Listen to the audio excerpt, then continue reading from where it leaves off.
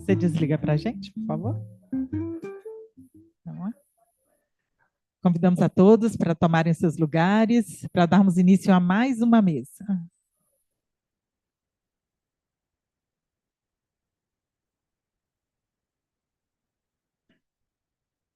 Mais uma vez, gostaríamos de ressaltar que a realização deste encontro só é possível graças ao patrocínio do Conselho Federal de Economia, da Confederação Nacional das Seguradoras, da Financiadora de Estudos e Projetos, da Câmara Legislativa do Distrito Federal,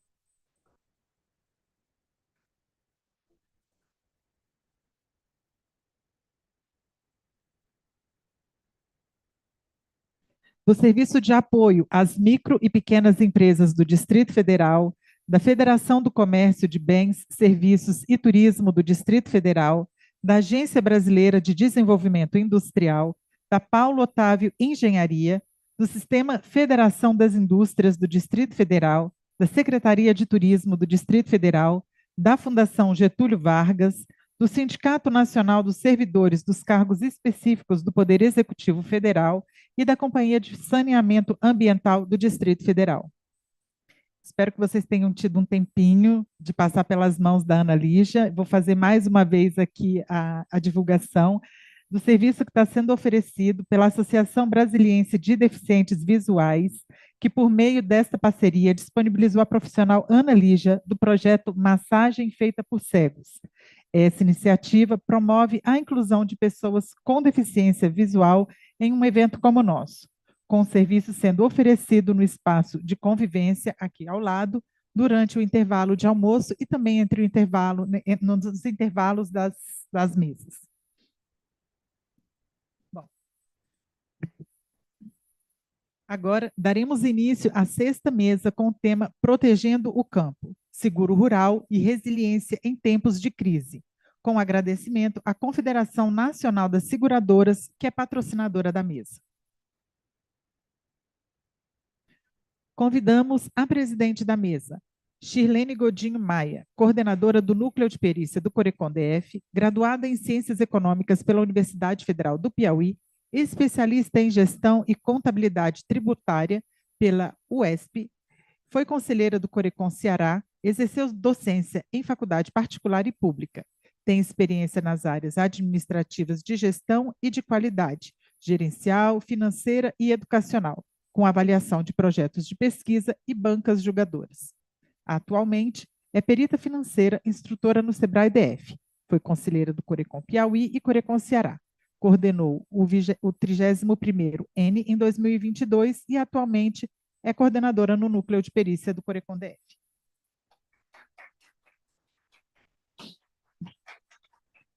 Na sequência, convidamos o mediador, o economista Fernando Tadeu de Miranda Borges, vice-presidente do Corecon MT, professor titular da Faculdade de Economia da Universidade Federal de Mato Grosso.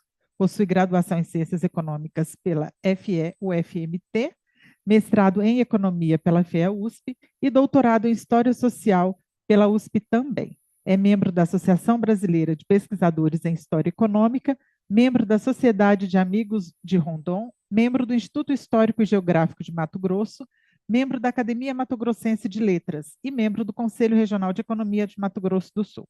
De Mato Grosso, desculpa. Leciona no curso de graduação em Ciências Econômicas e nos programas de pós-graduação, mestrado em Economia e mestrado e doutorado em História.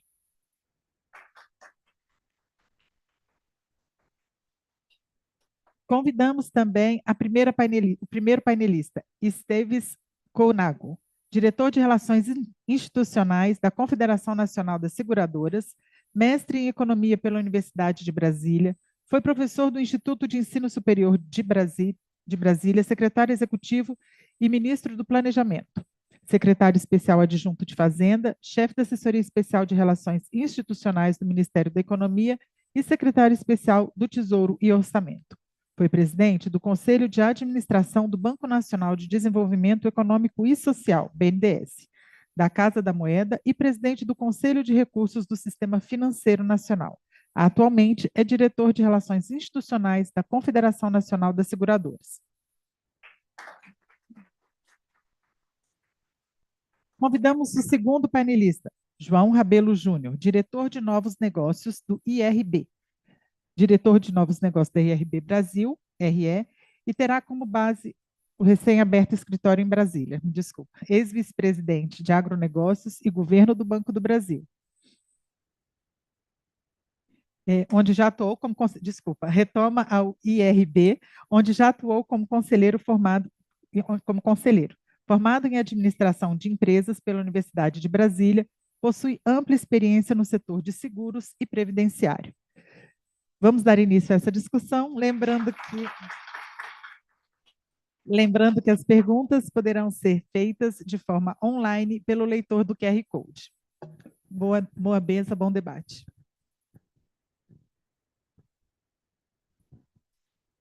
Então, bom dia, né? Vamos dar início a essa mesa. E nós vamos começar com a explanação, né, de Esteves Calnago, perdão, diretor de Relações Institucionais da CNSEG. Viu? Pode começar.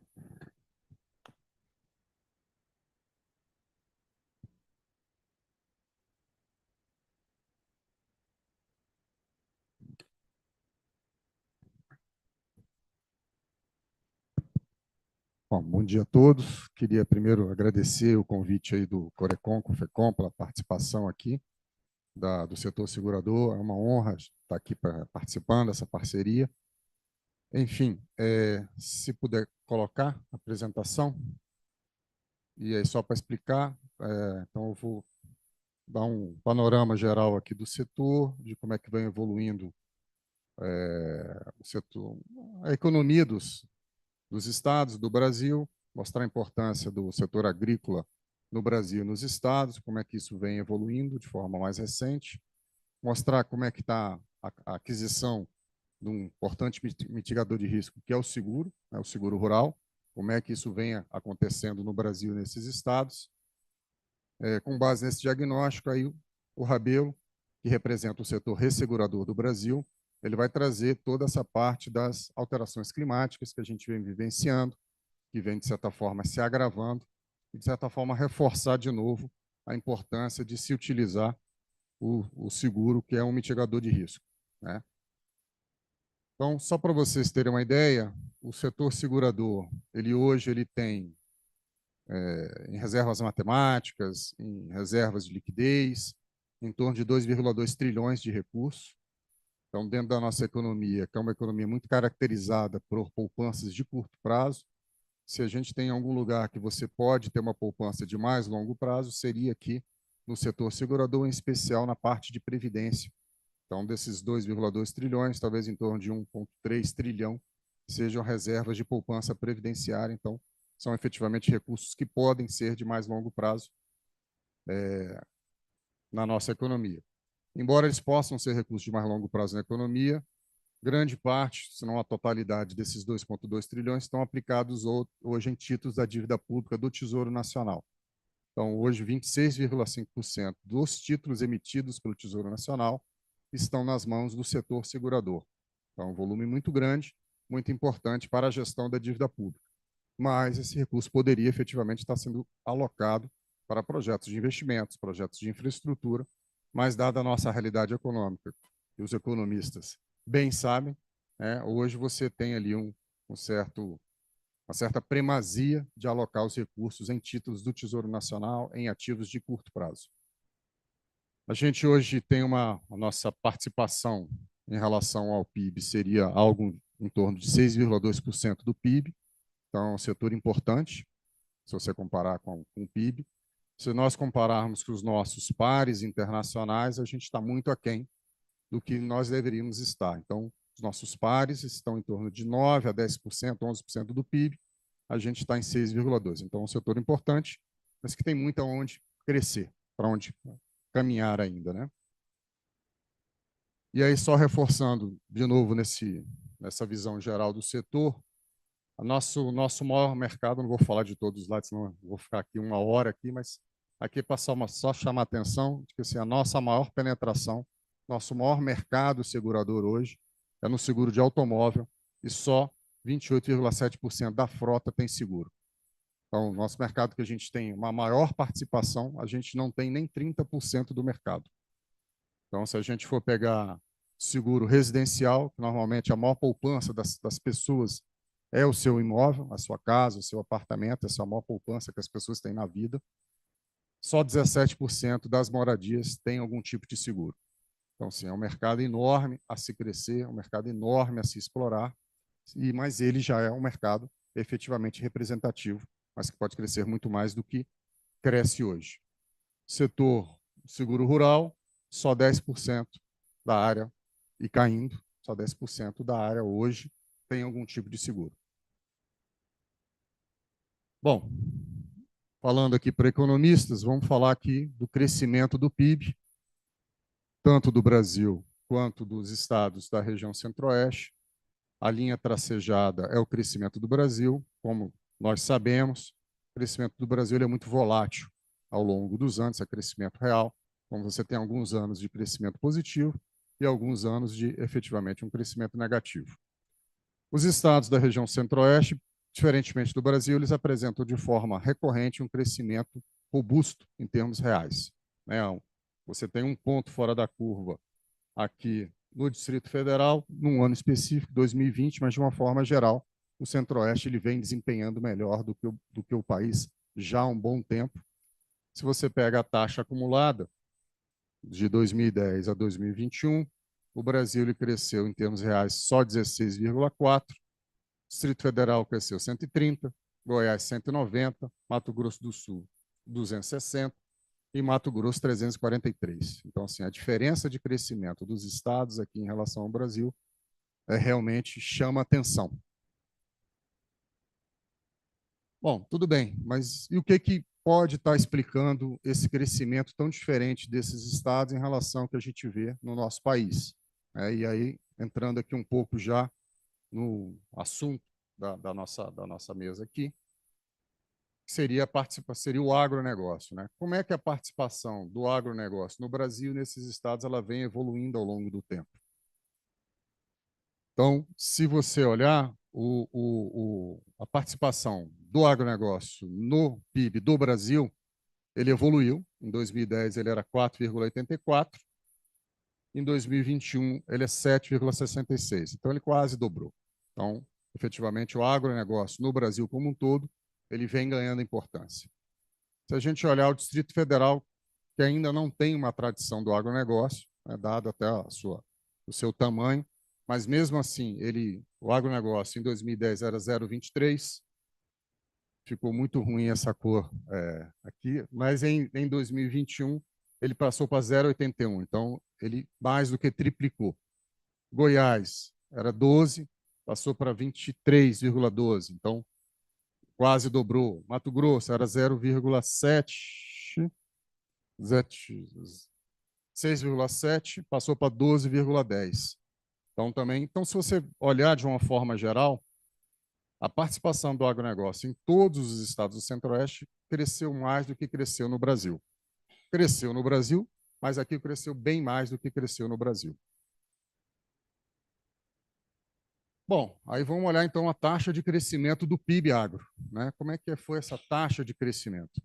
E aí, se você olhar de novo o Brasil, que é a linha tracejada, ele tem pontos positivos e negativos, mas se você olhar no agregado, né, de 2010 a 2011, a taxa de crescimento do PIB agro foi de 44,1% no Brasil. Então, uma taxa de crescimento robusta. Mas se você comparar a taxa de crescimento do PIB agro nos estados, então, de novo, Distrito Federal cresceu 174%, Goiás 103%, Mato Grosso do Sul 135% e Mato Grosso 253%. Então, realmente, não só o agronegócio, ele é importante no Brasil e nesses estados, mas ele é de forma crescentemente importante. Né? Seria a derivada segunda aqui. Então, ele cresce de uma forma mais rápida em relação ao Brasil, muito fortemente nesses estados, em especial Mato Grosso. Mato Grosso realmente é um case nesse sentido. Bom, tudo bem. Então, você tem ali uma grande importância do Brasil como celeiro para o mundo, né, de exportação, de geração de emprego, de geração de riqueza, muito importante, em especial para os estados da região centro-oeste. Mas e como é que está a aquisição de um instrumento de mitigação de risco? Seguro é um instrumento de mitigação de risco, né? Você paga ali um prêmio, você adquire uma apólice de seguro para, num momento de um sinistro, de uma eventualidade, você ter ali algo que compense parcialmente a perda que você tem. Então, como é que está acontecendo essa contratação desse instrumento de mitigação de risco? Se a gente for olhar aqui a arrecadação só em prêmio, né, então, sem ter nenhuma relação com o PIB, nada com isso, se olhar de uma forma geral, todos vêm crescendo. Cresce no Brasil e cresce nos estados, à exceção do Distrito Federal, talvez até pelo o tamanho dele, mas assim, o Distrito Federal não está crescendo efetivamente aqui a arrecadação em termos de contratação de seguro, mas no resto dos estados ela vem crescendo. Então, você pode ter uma impressão de, assim, olha, então as pessoas estão contratando, estão se prevenindo de um risco que pode acontecer. Bom, então vamos ter uma outra comparação. Ah, então tá bom, vamos olhar então essa arrecadação em relação ao PIB agro.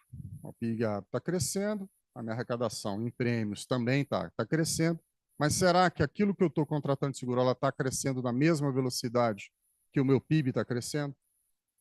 Então, se você olha aqui, primeiro, o volume contratado de prêmio é baixíssimo, né? Então, se você olhar aqui referência aqui na esquerda aqui, a contratação de prêmio em relação ao PIB, ele gira ali em torno, ele não chega a 1,5%. Então, assim, realmente, assim, a gente está flutuando aqui entre 0,2 e 1,5. Então, a contratação é muito baixa. Se você olhar no Brasil, é 0,7, não é nem 1%. Então, isso não é uma característica necessariamente própria do Centro-Oeste. Isso é uma característica do nosso país. O país contrata pouco seguro. O Centro-Oeste também contrata pouco seguro. Então, o país como um todo contrata muito pouco seguro rural. Como a gente viu lá atrás, ele contrata muito pouco seguro de uma forma geral, né? De novo, nosso maior mercado segurador é de seguro de automóvel. Só 30% da frota tem seguro. Então, seguro não é uma coisa valorizada na nossa cultura ou nas nossas expectativas de, assim, olha, eu preciso ter um seguro para me proteger do risco. Talvez a gente acredite que as coisas não vão acontecer com a gente, então não vou contratar o seguro.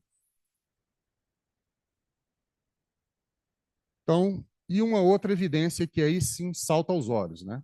E aí é muito preocupante hoje para a gente que está no setor rural o que está acontecendo no seguro rural. Então, você teve ali uma política pública do governo que foi de você ter uma subvenção ao prêmio de seguro rural. O que é isso? O governo todo ano ele coloca um recurso no orçamento para ajudar o agricultor a comprar a sua apólice de seguro. Então, um pedaço da apólice eu, o governo, vou pagar. Por quê? Porque a agricultura é importante para o país. Se a agricultura é importante para o país, eu vou pagar para que você tenha o seu seguro. Então, o governo ele implementou essa política, ela teve um sucesso, a gente chegou ali em 2020, 2021, a ter 14% da área plantada no Brasil segurada. De lá para cá, a gente está caminhando hoje para ter só 6% da área plantada segurada. Não só 6, é um valor que saiu de 14, que já não é grande coisa. Estamos caminhando para 6, mas a gente está tendo uma concentração muito do seguro na região sul, que é uma região em que está tendo muito risco climático. Então, você está perdendo uma característica do seguro que é muito importante, que é o mutualismo. O que é o mutualismo? Eu preciso que várias pessoas contratem um seguro para eventualmente pagar aquele que teve o sinistro. Se eu tenho poucas pessoas que contratam seguro, e essas pessoas que contratam seguro são aquelas que terão sinistro, que sofrerão a perda, financeiramente falando, o seguro ele passa a ser inviável. Então, a gente tem uma preocupação com relação ao seguro rural de algo que a gente hoje vê acontecer nos Estados Unidos, em especial na Califórnia, que são desertos de seguro. Então, independentemente do preço que você está disposto a comprar o seu seguro, a seguradora não quer oferecer seguro para você, porque isso é muito arriscado. Você é muito arriscado e eu não tenho com quem dividir o seu risco. Eu fiquei ali numa seleção adversa. O economista gosta também do termo seleção adversa. Então, eu entrei ali no nicho em que as pessoas que estão ali têm um risco muito alto. Então, eu prefiro não oferecer o seguro. E aí, só para chamar a atenção dessa queda, então, em 2021, a gente tinha 13,68 milhões de hectares no Brasil segurado. Aqui é cenário atual, que eu já não lembro qual o ano. A gente só tem 2022, 3? 24. Em 2024, a gente só tem 6,14 milhões de hectares segurados. Então, uma queda de 55%. Essa queda de 55% a até 78%, que foi no Distrito Federal, ela aparece em todos, né? Então, Goiás caiu 53%, Mato Grosso do Sul caiu 57%, Mato Grosso 65%, Distrito Federal 77%. Então, você está tendo ali uma redução de uma contratação de um mitigador de risco que nunca foi muito contratado. Então, efetivamente, a gente está muito exposto e num momento muito delicado, que é o que o Rabelo vai trazer um pouco mais à frente. Então, só concluindo, né? Então, o seguro ele é um instrumento muito conhecido por todos os economistas como uma ferramenta de mitigação de risco, não só de mitigação de risco, mas de mudança de comportamento. A partir do momento que você contrata um seguro, você muda o seu comportamento. A seguradora também, de certa forma, atua para que você mude o seu comportamento, né?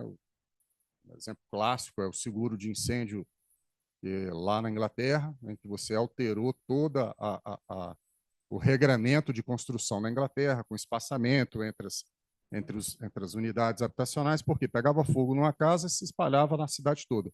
Então, a partir do momento que você começou a ter o seguro de incêndio, você criou regras para poder construir na casa. Olha, as casas têm que ter uma distância entre uma e a outra, porque se pegar incêndio em uma, isso não se espalha para outra. E isso é uma verdade em todos os produtos de seguro, né? Então, quando você contrata um seguro de automóvel, você tem alguns questionamentos.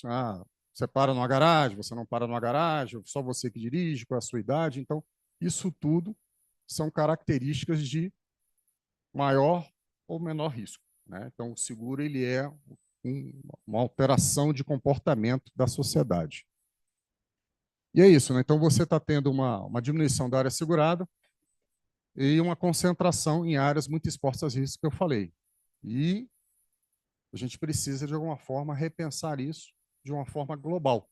Eu não posso só olhar o seguro, eu preciso olhar todo um conjunto de situações que a gente está vivendo para que coloque o seguro dentro de uma política pública, né? É isso. Bom, eu queria só fazer uma pontuaçãozinha depois dessa exposição, se me permite, já eu passo a palavra. É que se existe esse risco, essa baixa muito grande da adesão ao seguro, a proteção de patrimônio, eu acho que existe também uma falha também de quem auxilia financeiramente essas empresas, esses produtores ou as pessoas físicas que contratam, o que não contratam, na verdade, né? Porque existe os economistas que já fizeram alguma consultoria financeira, né, que trabalham nessa área, um dos pilares, né, do nosso papel como consultores financeiros é o quê? Proteger o patrimônio, né? E assim, essa questão é algo assim crítico. Pode parecer assim, mas é venda de produto, tal. Sim, é venda de produto, mas um produto que é o seguro rural, o seguro de uma empresa, o seguro de vida, ou do carro, ou da casa, são coisas que evitam de você ter uma perca financeira maior. Nosso maior papel é esse, prever o futuro. Então, esse futuro que a gente está prevendo é um futuro tão otimista assim, será que não vai ter o risco, né? Então, assim, eu acredito que é muito pertinente essas pontuações, esses percentuais, essa análise, né? Que pouca gente explora, muitas vezes, tá? Porque quem está instruindo que não seja economista, seja quem for a formação, está fazendo a instrução errada financeira. Às vezes, e o nosso papel como economista é nos colocarmos no lugar de profissionais, porque muitas empresas, e eu falo na realidade mesmo do mercado, né, procuram contadores para abrir as empresas, ficam por necessidade, né, mas a análise contábil do que está entrando, do que está saindo, ela não mitiga esses riscos que há no negócio. Então, nosso papel aí, né, assim, tem uma demanda, nosso papel aí está sendo substituído por outros que não substituem. Então, tá bom? Então, depois disso. Bom, passa a palavra agora. Ai, esqueci o nome. Para o João Rabelo Júnior, tá bom? Para fazer sua consideração. Obrigado. Acho que não precisa mais, já está. Fez um excelente resumo do que a gente ia tratar aqui do nosso ponto. Excelente. Muito obrigado, obrigado aqui aos organizadores do evento, muito obrigado pelo convite. Obrigado, ministro Esteves, pelo convite aqui da CNSEG. É sempre muito bom estar com vocês aqui nesses eventos. Obrigado aos dirigentes aqui da mesa. E obrigado aos senhores pelo tempo e estar aqui na hora do almoço ouvindo a gente falar um pouco sobre isso. O ponto, continuando um pouco o que o Esteves falou, eu queria pedir para colocar minha apresentação, por gentileza.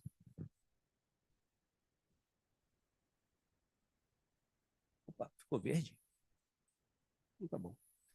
É bom que fica agrícola verde, ficou bom. Era outra cor. Então, vamos lá. Falando um pouquinho sobre... Eu vou tentar ser o mais breve possível. Vou falar um pouco sobre mudanças climáticas, ciência e tecnologia, crédito e seguros, que são os principais componentes da política agrícola, como é que eles podem ser utilizados para criar resiliência no mercado agro. Bom, os eventos climáticos adversos, todo mundo que... Tá, então vamos ficar aqui. Os eventos climáticos adversos, todos nós estamos sentindo, né? Em Goiânia, Brasília, nunca teve dias como os que nós tivemos agora recente. Mato Grosso, em Cuiabá, infelizmente já, né, professor? Infelizmente, eu já fiquei preso em Cuiabá por causa da queimada, isso já era mais comum, mas em Goiás e Distrito Federal isso não existia da forma como está. As temperaturas como estão, elas estão fora de um padrão, estão ficando mais tempo fora de um padrão, e isso afeta fortemente o agro. Nós temos uma agrônoma aqui no Brasil, ela é polonesa, veio para o Brasil, Ana Primavesi, ela dizia que o solo é um organismo vivo, e como organismo vivo ele precisa ser tratado.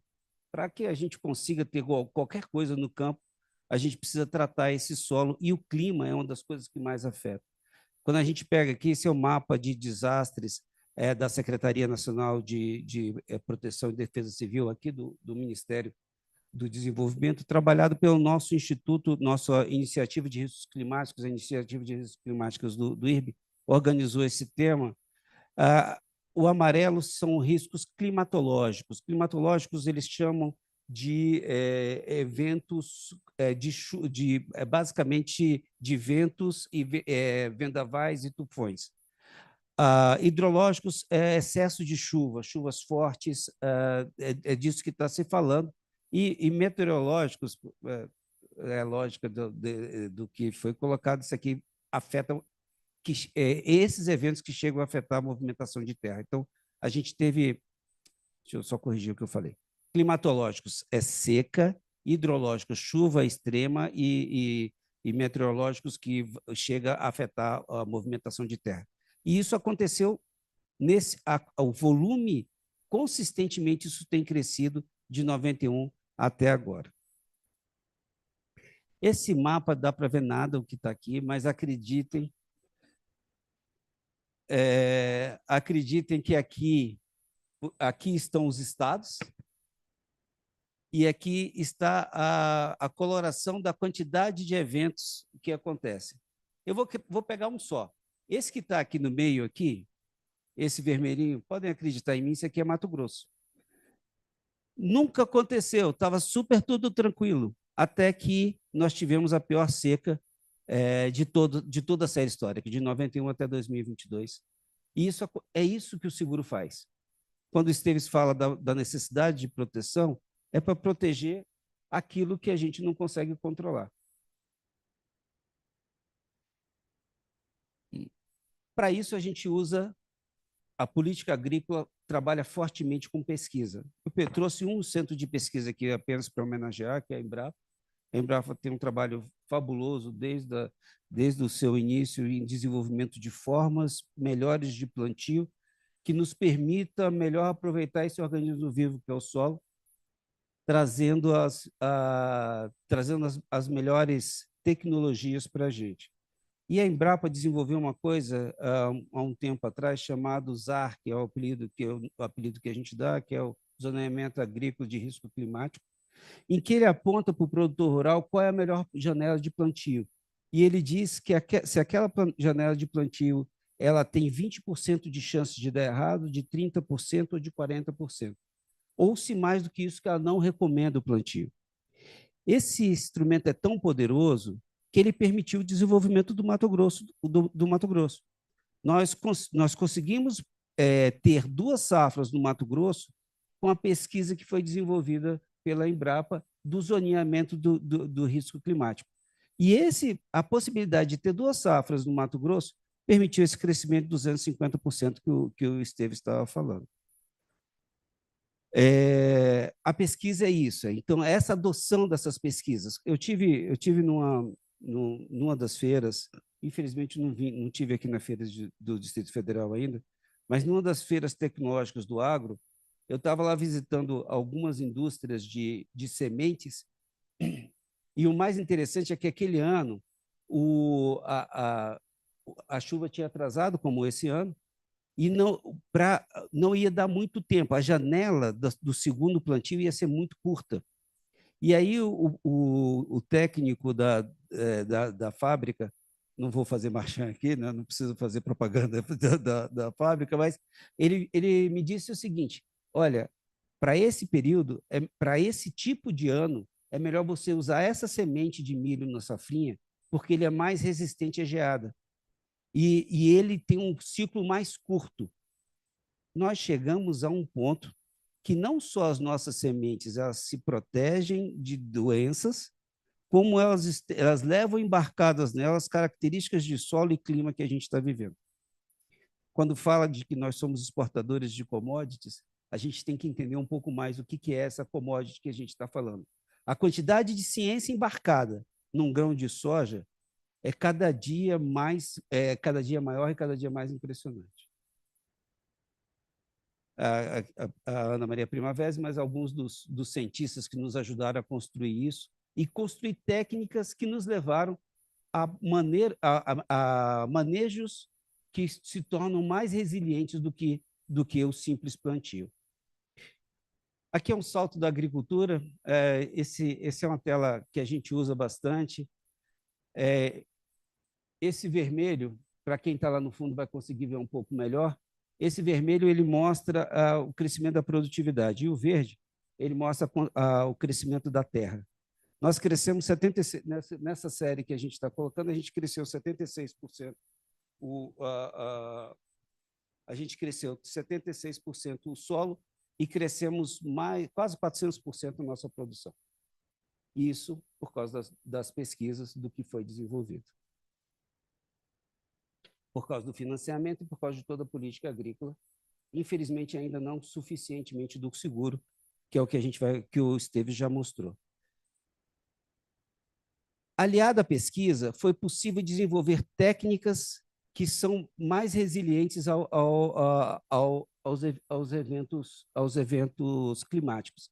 E mais do que só mais resilientes aos eventos climáticos, elas podem ajudar a prevenir e reter carbono no solo. O nosso professor aqui da Senar falou do plantio direto. Tem alguém aqui? Só para eu ter ideia, podia levantar a mão quem é do agro aqui na... Então, vou pedir desculpa a você e falar um pouco de coisas que você está mais acostumado, mas só para falar aqui um pouquinho. O plantio direto, que é uma das coisas que a gente fala como uma coisa comum, foi introduzido no Brasil lá na década de 70. Um produtor do Paraná resolveu começar a trabalhar com isso em cima de algumas técnicas que foram sendo desenvolvidas. E depois, os nossos centros de pesquisa, a Embrapa entre eles, desenvolveu e aperfeiçoou bastante esse método. O que é isso? Lá na Europa, toda a nossa agricultura veio da Europa. Lá na Europa, eles têm o costume de fazer uma safra, na verdade, em alguns lugares eles plantam, vem a neve, a semente fica ali, quando há o degelo, já faz a emergência. Em outros casos, você tem uma safra, onde planta e depois você colhe e deixa a terra vazia. Com o nosso clima tropical, isso não é necessário. A gente tem a possibilidade de fazer mais plantios na mesma terra, até chegar nas formas mais desenvolvidas de integração lavoura, pecuária, floresta, que a gente consegue usar a terra 360 dias no ano. Mas o conceito do plano... Então, a gente tinha uma coisa do arado, né? Então, depois de colher, tinha uma coisa do arado, que você passava o arado e deixava aquela terra vermelha, quando era boa, a terra preta, quando era boa, né? Ela ali exposta ao vento. Isso permitia a terra perdia nutrientes e ficava exposta, o carbono ficava totalmente exposto e ia para a atmosfera. No desenvolvimento do plantio direto, que agora está sendo introduzido na Europa, nesses 2 últimos anos, a Europa está começando a introduzir o plantio direto lá nos plantios dela. Após o plantio da primeira safra, após o plantio da soja, você deixa toda a massa verde ali, protegendo o solo e fertilizando o solo. E o milho, a segunda safra, normalmente o milho, então você tem uma oleaginosa e depois você tem o milho, normalmente, ele vem em cima daquela palhada. Então, em cima do solo protegido, retendo carbono dentro do solo, não colocando na atmosfera. Infelizmente, essa é uma técnica que não entra no quadro das pesquisas internacionais de retenção de carbono no solo. Então, aquelas telas de captura, as telas quadro da ONU de captura de carbono, infelizmente, ainda não levam em consideração a agricultura tropical que nós temos. Essa é uma das técnicas que foram desenvolvidas, uma das práticas uma das tecnologias que foram desenvolvidas pela nossa pesquisa e que foram conceituadas num plano ABC que foi lançado em 2010. Em 2010, nós começamos a desenvolver no Brasil técnicas que permitem uma melhor convivência com o meio ambiente. E é essa agricultura que está desenvolvendo e que está produzindo cada vez mais. Em 2002, nós assumimos, o país acordou, por intermédio dos seus representantes no Congresso Nacional, acordou o Código Florestal. O Código Florestal, ele tem vários aspectos, mas um em especial que eu queria levantar é que as margens dos rios ficam protegidas e também as encostas. Tendo inclinação maior do que determinado ângulo, você não pode plantar ali, porque o risco é muito grande para a natureza. Então, essas técnicas, o Código Florestal é mais ou menos como se você dissesse o seguinte: olha, você tem uma terra aqui, você tem uma casa com 5 quartos, mais um você não pode usar. Esse um você tem que deixar ele preservado do jeito que ele está. Ou você tem uma indústria e você só pode usar 80% da capacidade daquela indústria. Os 20% você tem que deixar. Mas foi essa a opção que o Brasil fez por intermédio dos seus representantes na hora que criou o Código Florestal. É isso que a gente está dizendo. Então, na Mata Atlântica, Pantanal e Pampa, 20% pelo menos 20% tem que ser protegido. Margens do rio também e encostas. Isso, no Cerrado, esse percentual sobe para 35% e na Amazônia, 80% tem que ser preservado. E o que Então, a gente já viu que tem a pesquisa que nos ajuda nessa resiliência climática, o crédito que orienta as melhores, que está induzindo as melhores práticas. Então, no Plano Safra do ano passado, quem adotava práticas relacionadas ao plano ABC tinha sua taxa de juros reduzida, então ele induzia essas práticas. Nós conseguimos maiores produtividades também com essas práticas, mas e aí o seguro? Por que o seguro? Por que o Esteves falou tanto da importância do seguro para o setor agrícola? O produtor rural sofre todos esses riscos, né? Ele tem riscos sociais,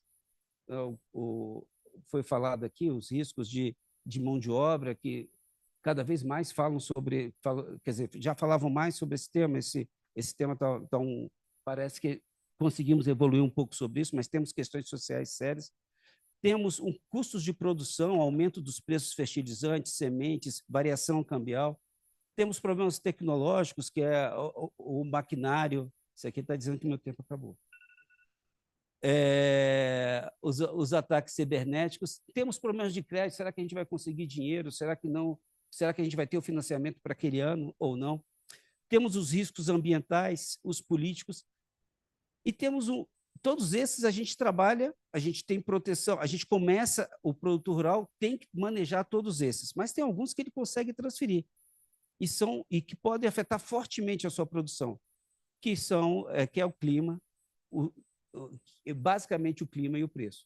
E aí o seguro rural entra nesse processo. Ele é um instrumento de transferências de risco para outros atores e, com isso, diminui essas incertezas que o agronegócio tem. Todo o programa de crédito rural, todo o programa de seguro rural, ele tem uma subvenção, porque, vamos imaginar, nós somos aqui uns 50, mais ou menos, né? Vamos imaginar que nós 50 aqui acontecesse um sinistro no seguro.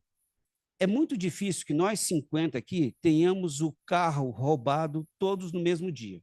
Eu diria que é praticamente impossível. Como não é impossível matematicamente, vamos dizer que é muito difícil que isso tudo aqui ocorra, esses 50.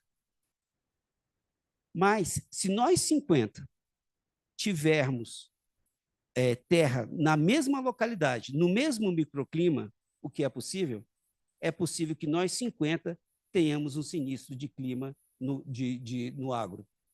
Então, pode ser que nós 50, que se fôssemos produtores rurais, e tivéssemos plantado soja na janela que teve indicada pela pesquisa, se nós não tivéssemos chuva, todos nós aqui vamos perder o dinheiro que a gente tem.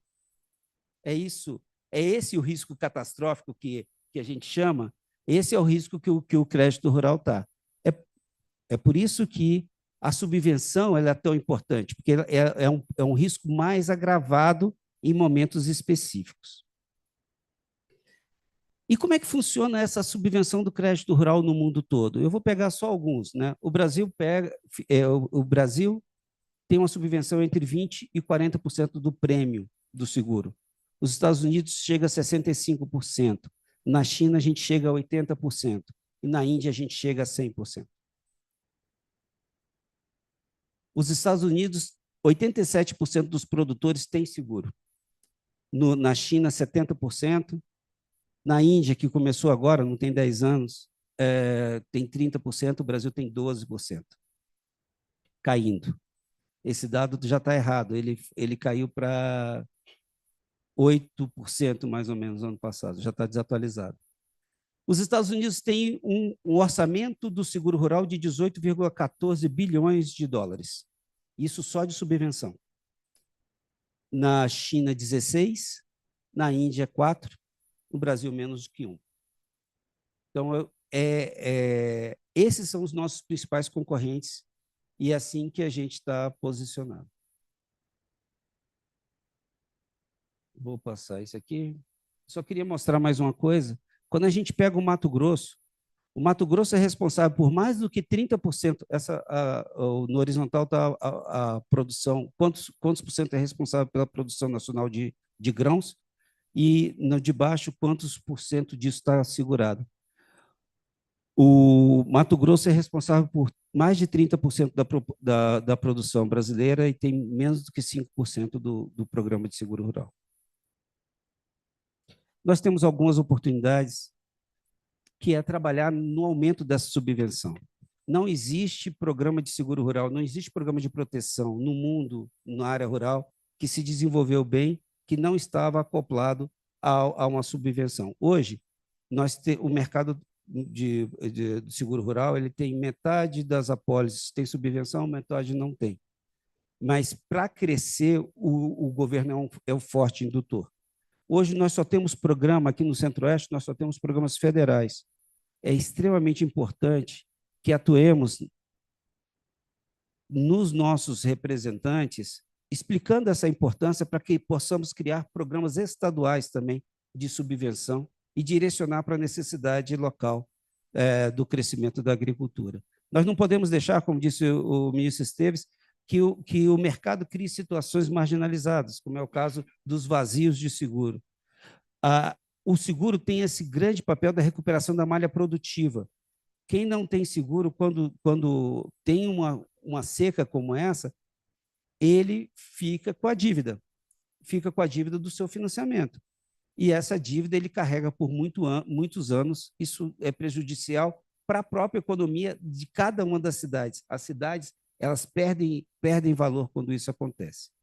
Por isso, nós estamos trabalhando forte em estudos sobre o clima e estamos apoiando um projeto de lei da senadora Tereza Cristina, que cria um fundo de seguro rural para tentar estabilizar esse seguro, o valor do prêmio. A barra mais verde, olhando só aquela tela lá, é o resultado do mercado de seguro nos últimos anos. E vocês vão ver que o ano de 21 e 22 foram muito ruins, foram anos que tivemos o pior resultado de toda a série. E o que fez isso? Ele fez com que, aqui é o preço de soja, infelizmente não ficou boa aí a expressão, mas aqui diz o seguinte, que o prêmio de soja sobre o plantio de soja era menos do que 5% e foi para quase 8%, exatamente por causa daqueles anos catastróficos. E o de milho, então, que era perto de 9%, foi para quase 12% também nesse período. Para isso, há necessidade, e por isso nós estamos apoiando esse projeto da senadora, que é da região, de um fundo que possa estabilizar esse preço e dar melhores condições para o produtor rural, para que o seguro não seja uma variável que atrapalhe a sua produção, que seja uma variável como conta de luz, que ele coloca isso nos seus custos de produção e consegue trabalhar dessa forma. Desculpa ter passado um pouco do tempo, essa é o que eu tinha a dizer. Muito obrigado.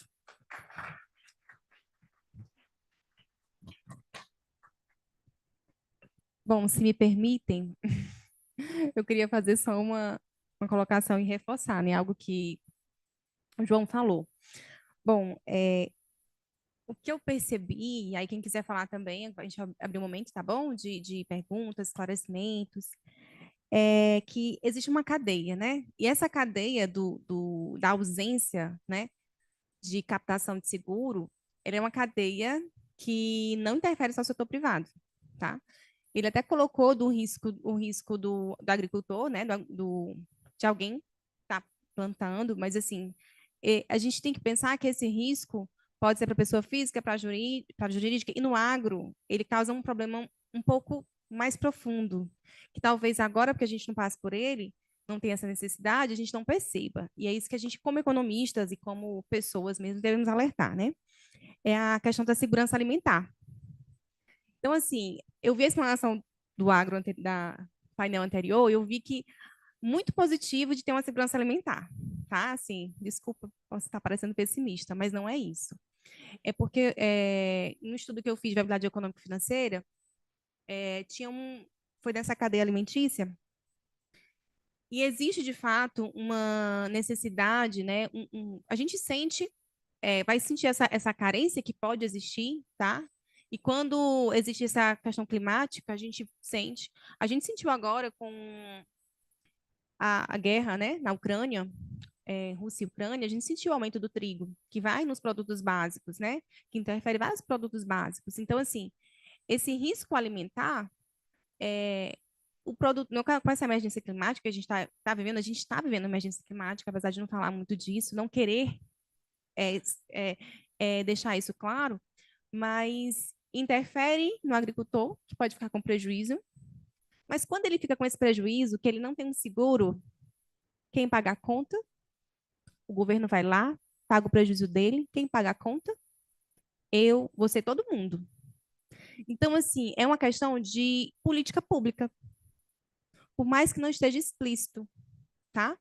Então, assim, a gente deve abrir os olhos para isso, né? Para o nosso papel como influenciadores na sociedade, influenciadores financeiros, né? Porque a nossa decisão, tem muita gente aqui de vários órgãos públicos, então nós acabamos carregando nomes e pautas, né? Que a gente acaba pecando, porque a gente se omite nessas opiniões, tá?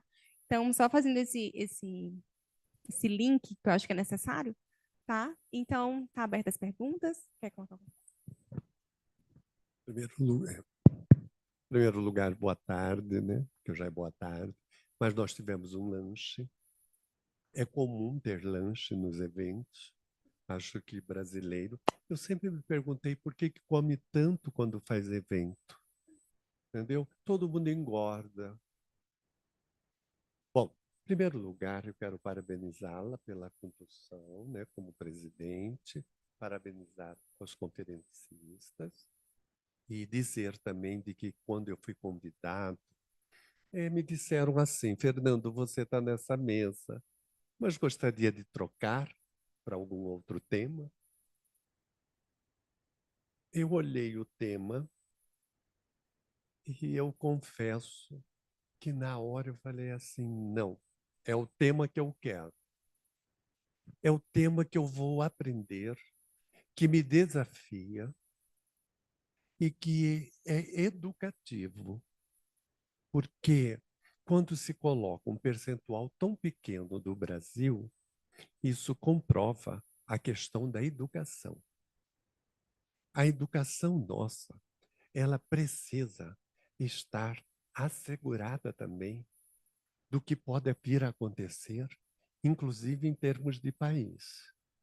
Porque se o país tiver um terremoto, tiver um problema, ele tem que ter uma reserva para ele sair.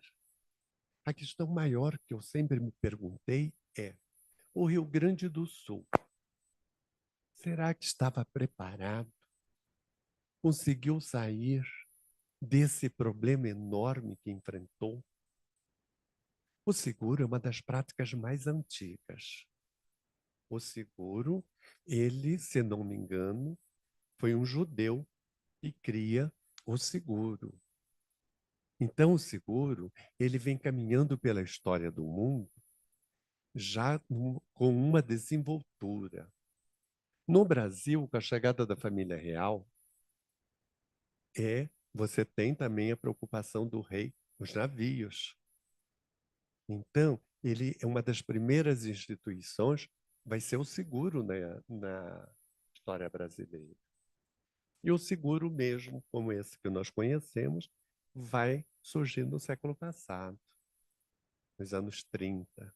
E ele sofre uma série de transformações, que eu não sei, eu já ouvi palestra sobre seguros, porque eu me interesso por todos os temas.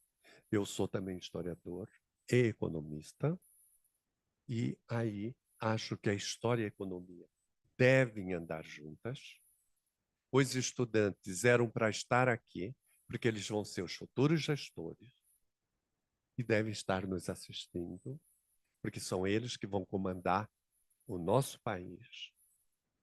E é preciso ter cuidados com a economia dos estados e com a economia também da economia.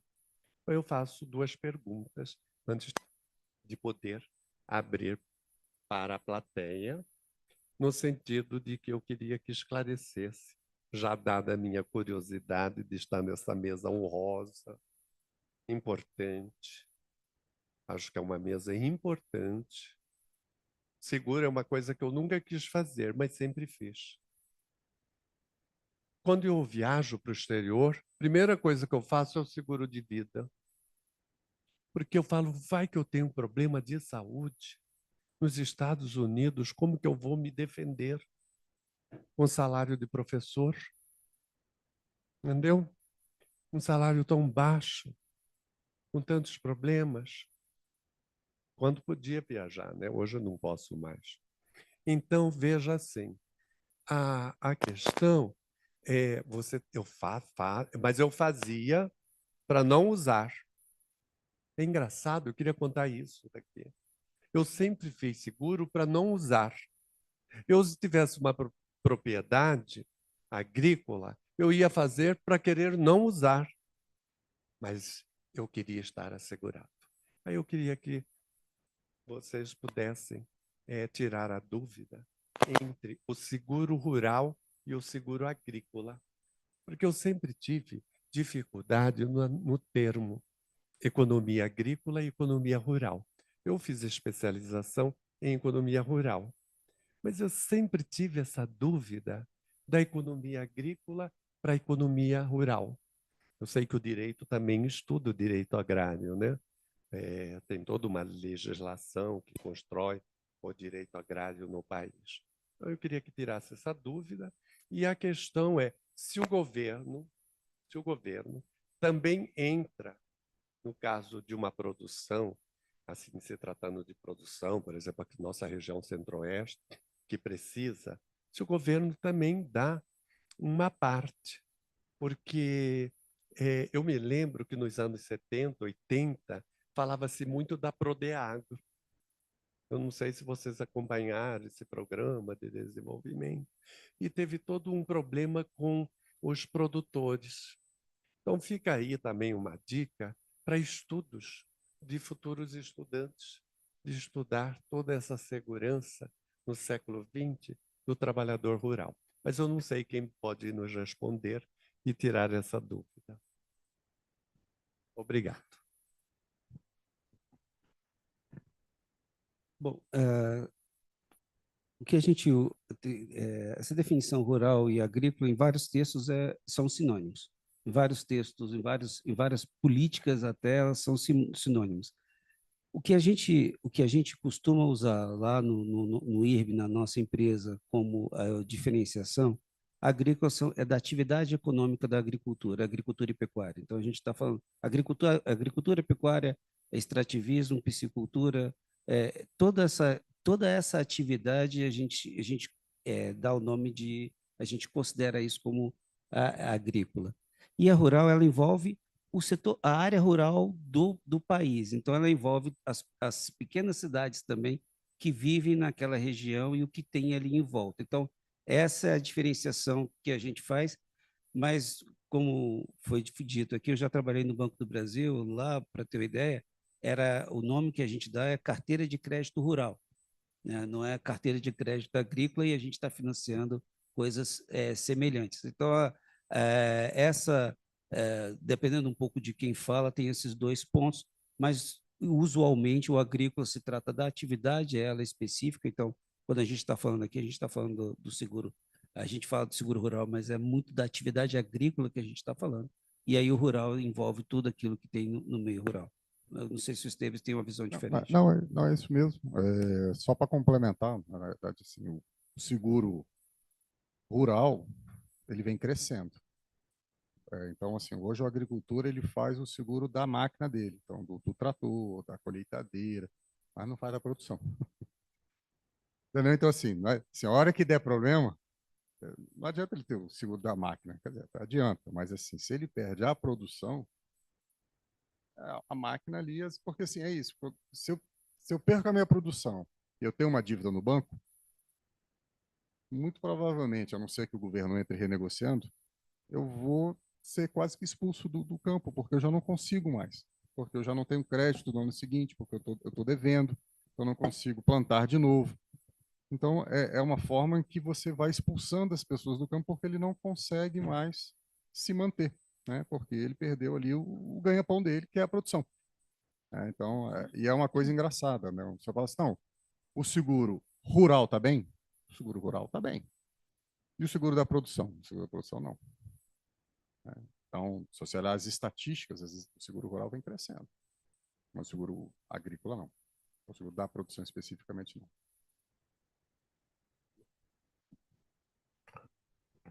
Mais alguma pergunta? Pode? Lá e lá. Ah, beleza. Boa tarde a todos e todas. Sou Almir César, sou servidor do Ministério da Agricultura. Vou fazer uma pergunta, mas vou tentar não entrar na seara do próprio Ministério, porque eu não estou falando em nome do Ministério. Sou diretor do Sindicato Nacional dos Economistas e Engenheiros do Governo Federal, o SINAEG, né, os cargos específicos. Sou economista, inclusive, da ERSE. Trazer algumas observações e uns questionamentos. Eu entendo que deve haver também, da parte do mercado de seguro, um problema para não atrair as pessoas para fazer seguros, certo? É uma falha de mercado, para que as pessoas não se sintam motivadas a fazer seguro. Eu sou uma pessoa que tem seguro de vida, seguro residencial, já fiz outras modalidades de seguro, mas é preciso levar em consideração que eu entendo que é um valor caro o seguro com relação a, eventualmente, for preciso, o valor dele é caro. Pode haver problemas de escala que fazem com que o preço provavelmente é muito alto, né? O prêmio hoje é muito alto, porque há um problema de escala, se falou da seleção adversa, etc. Então, chamar atenção para essa questão. E isso, para um produtor rural, deve pesar ainda mais, tendo em vista que as margens operacionais do produtor rural são muito pequenas, especialmente o agricultor familiar. Porque quando a gente está falando, a gente tem que pensar, né, que o produtor rural e os estabelecimentos agropecuários no Brasil são muito diversos, né? No painel anterior, a gente foi falado da riqueza do agro, etc., mas a diversidade, a desigualdade do setor agropecuário, eu acho que a gente não deve ser negligenciado, deve ser levado em consideração. Então, as margens comprimidas fazem com que ele tenha dificuldade, porque não é ignorância, né? Em segundo lugar, colocar que também foi colocada a importância dos influenciadores, foi usado até, né, no sentido que nós, não os influenciadores das redes sociais, os economistas, os gerentes de banco, gerentes das agências de seguro, convencer o produtor rural, mas a gente deve levar em consideração que, muitas vezes, quem acompanha o produtor rural, ou mesmo a cooperativa, né, não é, muitas vezes, um economista. E é preciso levar em consideração que também o estabelecimento agropecuário, a empresa rural, que são coisas diferentes, e o produtor, ele tem que começar a introjetar nele, no seu planejamento, o conceito de orçamento. Nós, os economistas, somos o profissional em excelência do orçamento. Deveríamos ter, inclusive, uma atribuição obrigatória por parte das empresas, por um lado, porque as empresas são obrigadas a fazer um balanço de pagamento, um balanço patrimonial, balancete, certo? Mas o orçamento. E mais, nós somos o profissional de orçamento e deveríamos estar ajudando a esse trabalhador, a esse produtor, a fazer o orçamento e incluir o seguro. Então, e por fim, terceiro elemento, setor público. Se há uma falha de mercado, é preciso haver mecanismos de intervenção para propiciar o ajuste. Não só o fundo público, quer dizer, o meu imposto fazendo a subvenção, fazendo, né, o subsídio ao seguro de uma terceira pessoa. Tudo bem com a importância da produção rural para o país e para a segurança alimentar, mas está usando imposto, dinheiro que não está indo para a saúde, educação e segurança pública, por exemplo. Então, tem que ter intervenção e esse aspecto deve ser levado em consideração, porque o produtor rural, frequentemente, não gosta de intervenção do poder público, nem na defesa agropecuária, nem na questão da sanidade. Eles reclamam até desse ponto, mas na hora do desespero são os primeiros a recorrer ao poder público quando há enchente ou seca. Então, é preciso intervir, é preciso ensiná-los a aceitar a intervenção do poder público diante, justamente, do risco que a atividade agropecuária tem e das imperfeições de mercado que essa atividade naturalmente, em essência, ela tem. Obrigado.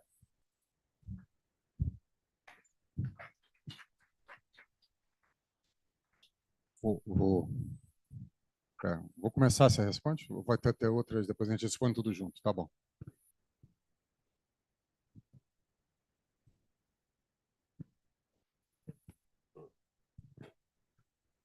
Bom dia, economista Juan Carlos de Mato Grosso do Sul. Eu atuo na área empresarial de comércio, serviço e indústria, não da agricultura. Então, talvez a minha pergunta vai ser simplória, mas eu queria saber quanto que é o custo do seguro. Eu vou dar um exemplo. Um agricultor tem 1.000 hectares e vai plantar soja. Então, a expectativa de colheita é 60 sacos por hectare. Vezes 1.000 dá 60.000 sacos, a estimativa de colheita. Eu pergunto o seguinte, ele quer fazer um seguro de produção. Como é que é esse seguro? Eu vou pagar em saco, eu vou pagar esse seguro, eu vou pagar quanto? Em total de produção, parcial? Como é que faço esse seguro? Vou fazer de 600.000 sacos, e se eu não produzir 600.000, eu só produzir 200, que aconteceu tais coisas. Como é que é isso? E quanto custa? Obrigado. Essa passa.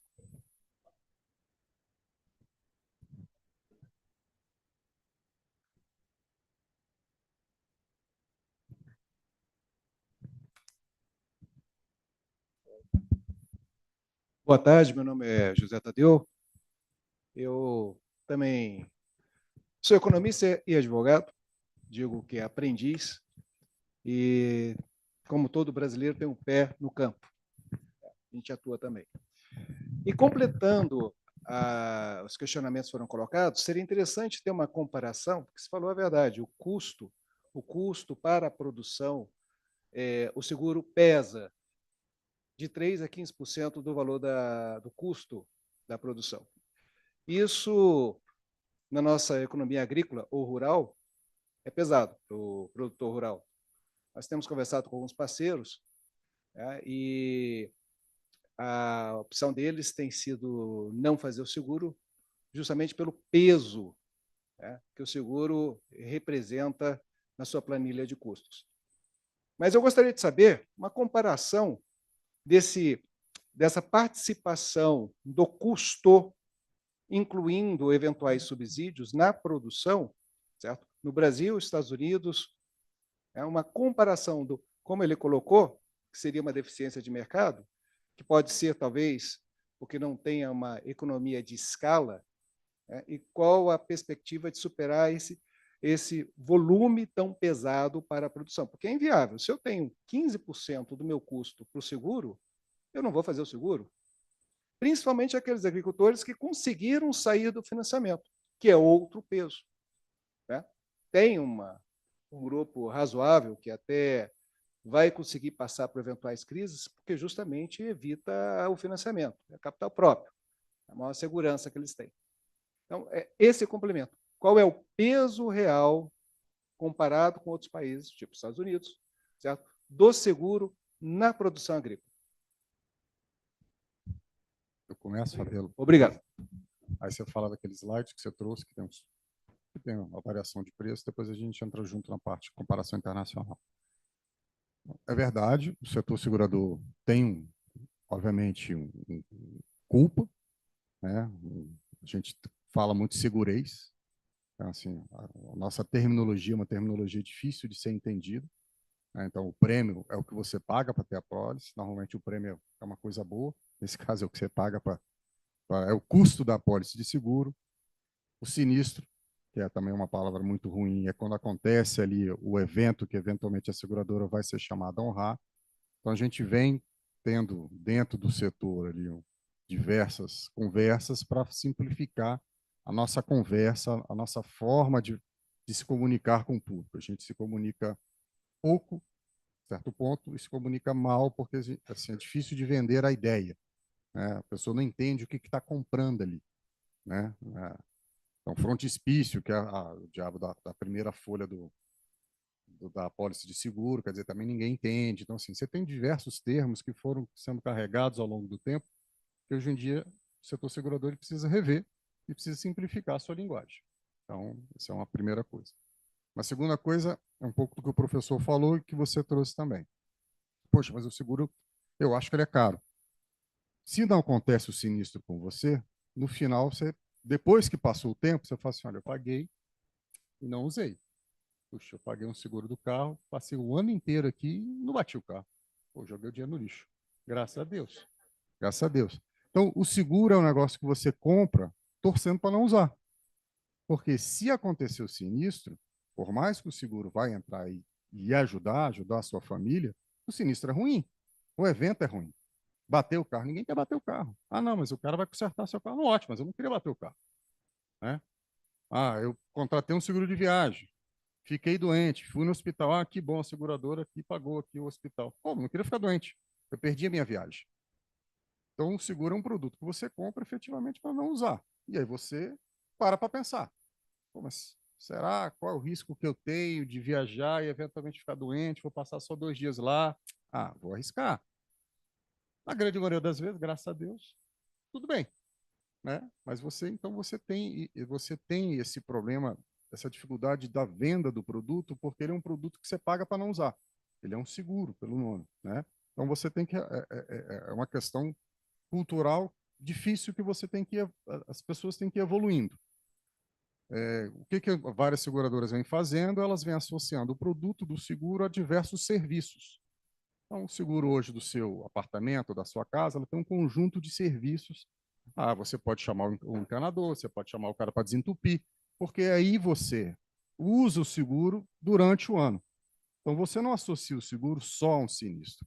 Você associa o seguro a um parceiro que te ajuda no seu dia a dia. Ah, preciso desentupir a pia, eu preciso fazer não sei o quê. Então, você começa a ter uma relação diferente com o seguro. Então, isso vem sendo feito também um pouco já até no seguro rural. O agricultor ele tem que entender o seguro também como um cara que está ali do lado. Olha, você tem uma melhor técnica, você tem um melhor espaço para plantar, a janela de plantar é agora, você já fez já colocou o solo, sei lá, como é que fala? O adubo, enfim.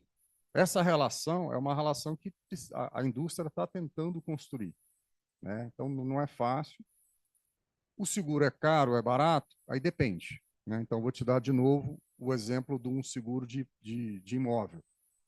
Um apartamento de R$ 1 milhão, você vai ter um seguro no ano, R$ 400, R$ 500. Então, você vai pagar, sei lá, R$ 40, R$ 30, R$ 50 por mês para você proteger a maior poupança que você tem na sua vida. A maior poupança que você tem na sua vida não é o seu carro, é o seu apartamento, é a sua casa.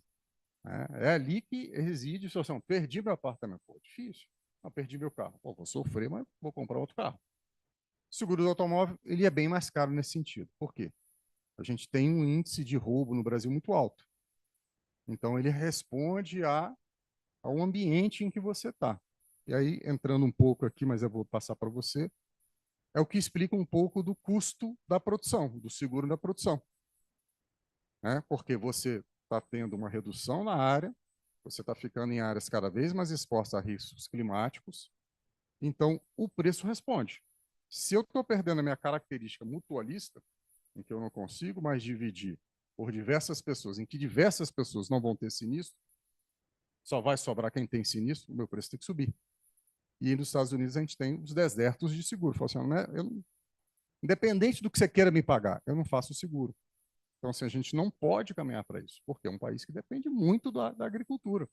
Estados que dependem muito da agricultura. Então, a gente tem que olhar e falar, como é que eu no mínimo, estanco isso, como é que eu revejo isso?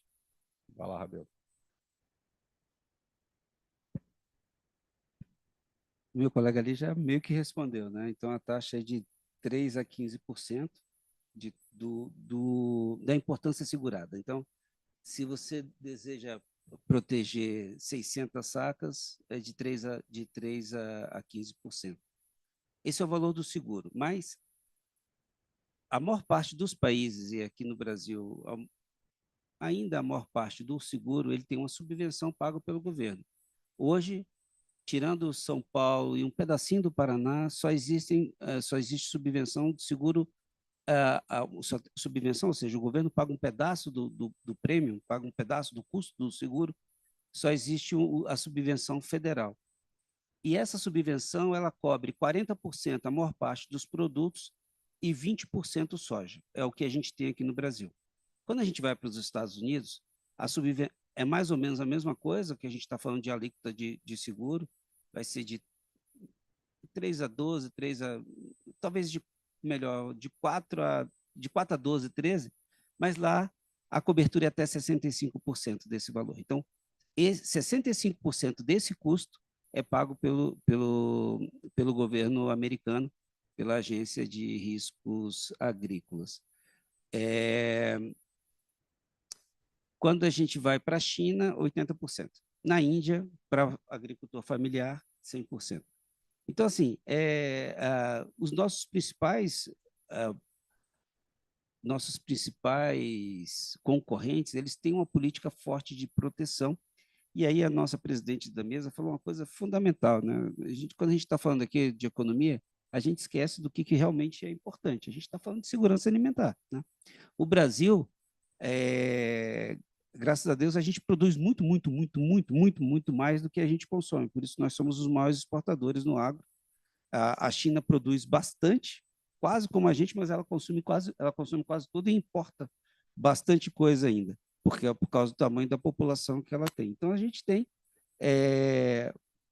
alguns aqui são tão velhos quanto eu, vão lembrar que a gente importava leite em pó, né? Então, leite em pó, na década de 70, a gente importava, vinha naquela latinha, você lembra?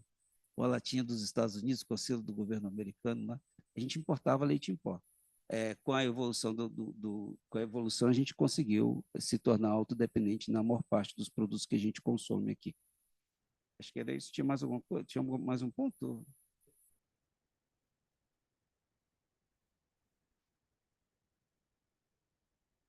Sobre a importância assegurada. Se o senhor queria 600 sacas,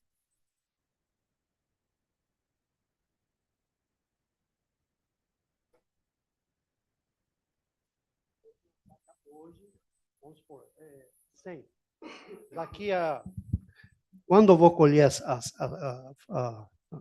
vai fazer a colheita... Ela está 120. Tá, eu pago sobre o quê? Sobre os 100 ou sobre 120? Existem dois tipos de seguro. Um que garante Obrigado. que você estabelece... tem um tipo de seguro só de produção, que você garante você estabelece a produção e o preço no momento da contratação, e tem o outro que a gente chama de seguro faturamento, que ele garante, inclusive, quedas bruscas de preço. Então, você coloca, mais ou menos como hedge, para quem é do mercado financeiro, você coloca um hedge, você coloca um strike, e ali é um hedge que você coloca um valor para ser exercido. Então, você tem essas duas modalidades de seguro. Bom. Então, quem tiver mais alguma pergunta, Eu acho que QR temos Code. que encerrar, Shirlene, desculpa. O Podemos? QR Code, nós vamos encerrar, tá? Tá. É o QR Code das perguntas, quem tiver, tá? Só escanear, fazer a pergunta. Quem tiver online também, está sendo transmitido, tá? Todo o Oeste. Então, e logo em seguida, as perguntas a gente vai passar, tá? Assim que possível. Para encerrar a mesa, então, vamos agora fazer a entrega do certificado dos nossos palestrantes que estiveram aqui, tá? Então, é isso. Fazer as fotos. Obrigada.